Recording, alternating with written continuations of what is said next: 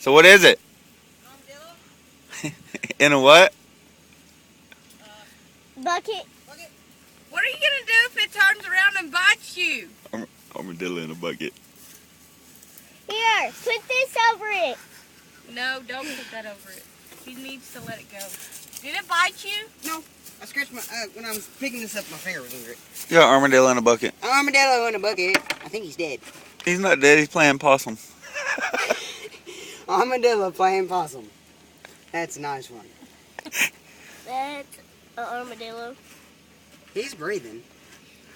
Oh, it's a boy. Say it's a boy. He's got a wiener. Okay, let it go. What's Now what are you gonna do with it? Let it go. Want to go take it to Amber? No, let it let's go. let it go. It has a family. Now let it go. Let the little.